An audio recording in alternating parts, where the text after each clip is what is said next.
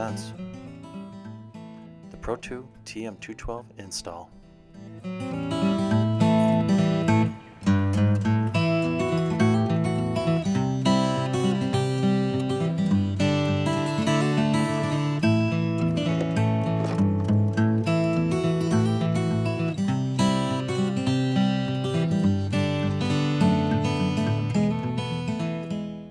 Shown are the tools that were used in the making of this video: a socket wrench, Phillips head screwdriver, needle nose pliers, and a side cutter. These are typical tools needed for the install of the TrollMaster system, but be aware that your install may use different or additional tools. Now let's join Scott, who is getting started with the install. There's two small flats on here. We'll just trim those out of the way, so we don't need those. So before you put this bracket on, you're going to put the servo in the bracket, because when you mount it on the back side, put the screws through the back. It's a helpful hint just to put the screws in out here and then mount it up on the motor with the bolt. That way you save a little bit of knuckle.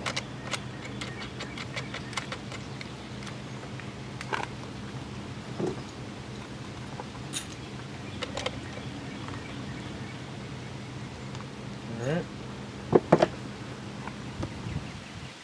so from there, we're going to change out our throttle rod. Here's the factory throttle rod as it's installed. It's up on the tab. This is the TrollMaster rod we're going to replace it with. TrollMaster rod has a longer loop.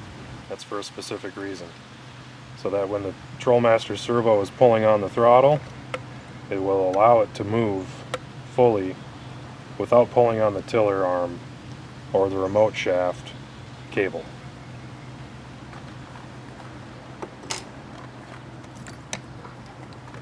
It's also nice to make a little mark on your rod before you take it out, so that if you ever do return it to factory, you can set it right back in and away you go. Loosen up this screw.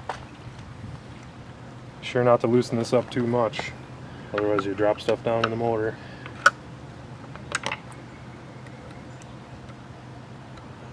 Slide that off and that out.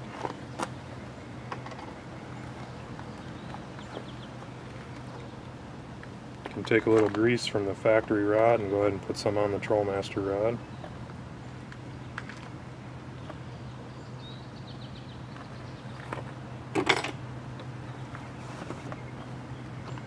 And the TrollMaster rod will slip over, drop on, pull the throttle linkage back, slide it in. So when you go to mount this rod, you'll see how it's mounted with the loop all the way forward, so that when the TrollMaster pulls on it, it will ride on there. Alright, so before you tighten the screw on this, go ahead and hold the rod all the way forward, just with your hand. The tiller arm is actually in the low idle setting or in the slow setting. That's going to set your stud where you want it. And then just go ahead and hold the rod forward and tighten the screw. Don't over tighten it, tight is tight enough. And that's that. Before you connect the braided cable, you can see that it comes with two loops. One's loose, just to keep the keeper on there.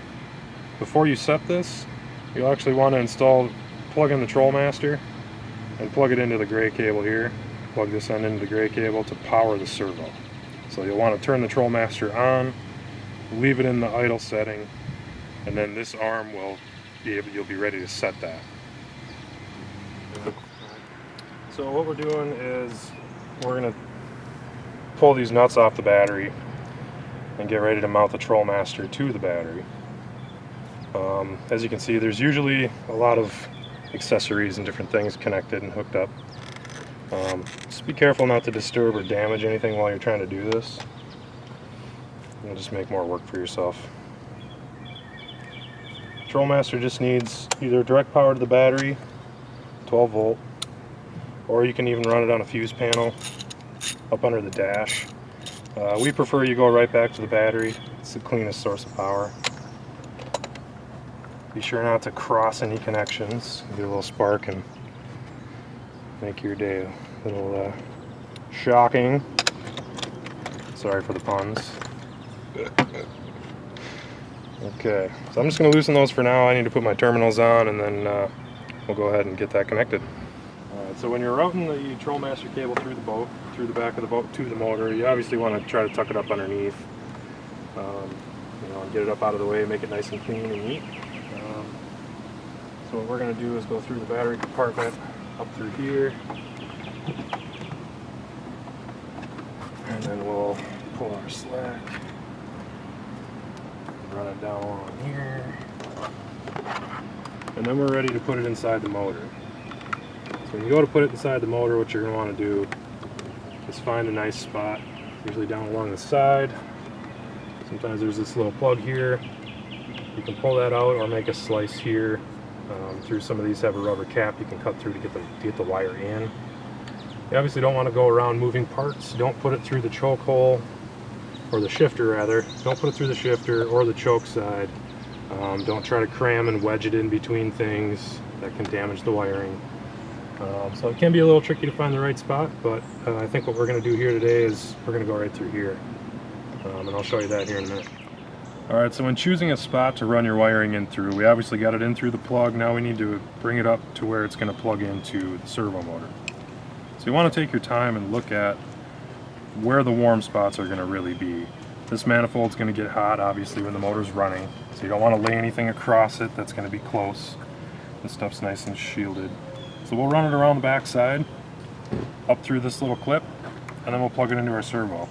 That'll be out of the way of all the moving parts in the front of the motor. You don't want to run anything up through here, interworking the shift and the clutch, or the shift and the choke rather. So we'll put this up here. A little more back. And then what we'll end up doing is a little cable tie right here, a little cable tie up here, and we'll plug our servo in with the locking end, just like that. So I'll get a few cable ties and we'll show you what that looks like. Alright, so we got one cable tie there. That'll keep it kind of secured. We do provide a few of these in the kit. Some guys use a lot, which is fine. So we'll just kind of find our sweet spot here. Every motor is going to be a little bit different. You know, we like to just keep things out of the way of moving parts and keep them away from the heat. The moving parts, I suppose, are probably the biggest concern. You don't want your cable getting caught anywhere that's going to pull on anything and damage anything. So, and keep in mind you will be putting your cover back on after you put this wire in, so you don't want it hanging out too far. Make sure you tuck everything back the way it was. I'll probably clean this up a little bit more, but you get the idea of tucking this out of the way. We'll trim these ends off here as we go, and then we'll get to connecting our cable. So when zip tying things to the tube, obviously this is an air line for your intake. You don't want it too tight. Tight enough just to keep the cable there, but don't close this hose off. Don't get on it and tighten it up too much. Alright, now that we got our cable installed on the engine, we'll actually work it through a little bit here. We'll attach it to some of these other motor cables to keep it out of the way of any moving parts in the engine itself. Just a few zip ties to keep it tucked away. Watch out for your moving parts again. You're going to have to move those eventually in operation, so you don't want to get too close to those. But find a nice secure spot. Every application is going to be a little bit different depending on what you have set up on your motor. Alright, so now that we got our motor cable routed, we'll go ahead and plug the TrollMaster to the battery here. Put the positive side on.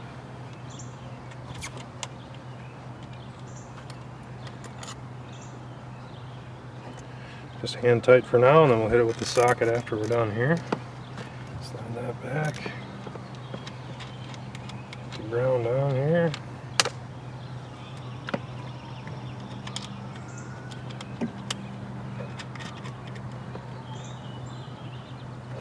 So after the unit's connected to the battery, your cables ran, your servo motor's plugged in, but the braided cable from the servo to the throttle linkage is not installed. Turn the TrollMaster on, leave it in the idle setting, and then set your cable. Alright, so now that we have everything hooked up, we'll go ahead and connect our braided cable.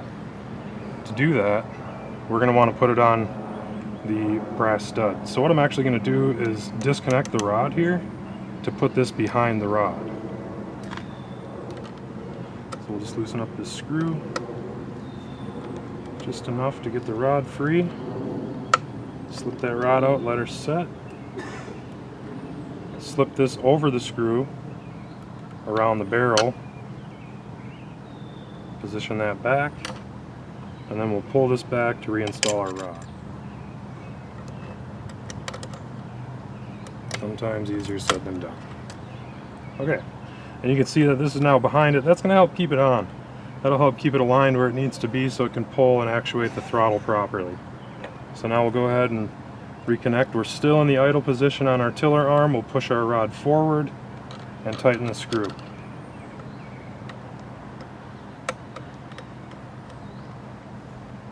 Don't over tighten it, just tight enough. Okay, so now we've got that done, we'll go ahead and set our servo arm. So you can see right now it's just at a generic position. It comes from the factory after we test them. We can't set them for every motor, so what we do is leave them in the set there. Basically all you have to do, leave the TrollMaster on the idle position. So now this is set to your 0 point. When you go to unscrew this screw, be careful that you don't drop it. Set that aside for now. So what we're actually going to do is take the servo arm off the servo body, just with a little help from our side cutter here. See, that's off the body. So now we'll position this at about the 5 o'clock position, right about there. So we just push it back on the stud and then we'll return the screw to hold the servo arm to the body. And again, not too tight, just to cinch it up there. Now, we loosen our set screw, put our cable through the barrel, pull this somewhat tight, not too tight, just line it up, and then we'll just hand tighten this for now. And here's what I'll do. Get a little screwdriver on here, tighten it up just a little bit. You'll notice that it wants to spin. A little tip for that: grab your little mini needle nose, hold her down, be sure not to cut the cable or anything. Hold it tight, and we'll just cinch this down a little bit more. Okay, now we're ready to test the unit's functions. Okay, now that our cable is attached to here and here, and we took the slack out, so pull the slack out, tighten the screw. Once it's in the position that you want it set in, you can go ahead and put the barrel swedge that comes with the cable behind it and just crimp her down with a little needle nose. That's just to keep it secure in that barrel so that it doesn't slip while you're operating it. So you'll notice what I did was I actually brought the cable up over on the other side of this arm. That's just to help keep it clear when you go to actuate the throttle here. It'll keep it from hitting anything. So what we'll do is we'll go ahead and run that for you. So as we're pulling, it's staying nice and out of the way, and you can see everything's moving the way it should. We did have to adjust the slack, and you will have to, before you put this swedge on, make sure you do test it, run it all the way up, run it all the way down. You can see there is just a touch there. That's normal, that's what you want. You want your throttle to be able to close all the way and still function properly. So we got our throttle able to close all the way down in the idle position. So we can go ahead and switch it to run and we'll dial it up. Everything looks good there.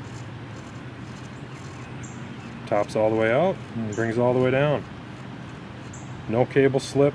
We crimped our crimp on. We'll cut this off at the end here. Alright, so what we're going to do, we're going to go ahead and put the cover back on. You want to make sure again that your cables are nice and tucked away and clean. There's nothing in the way. This going to come set down on here. Just make sure everything's up and out of the way, nice and tight. Give everything a good once over before you're done, just to make sure you got it all right. Doesn't hurt to reread through the manual as well. So we'll go ahead and put the cover on and be ready to go.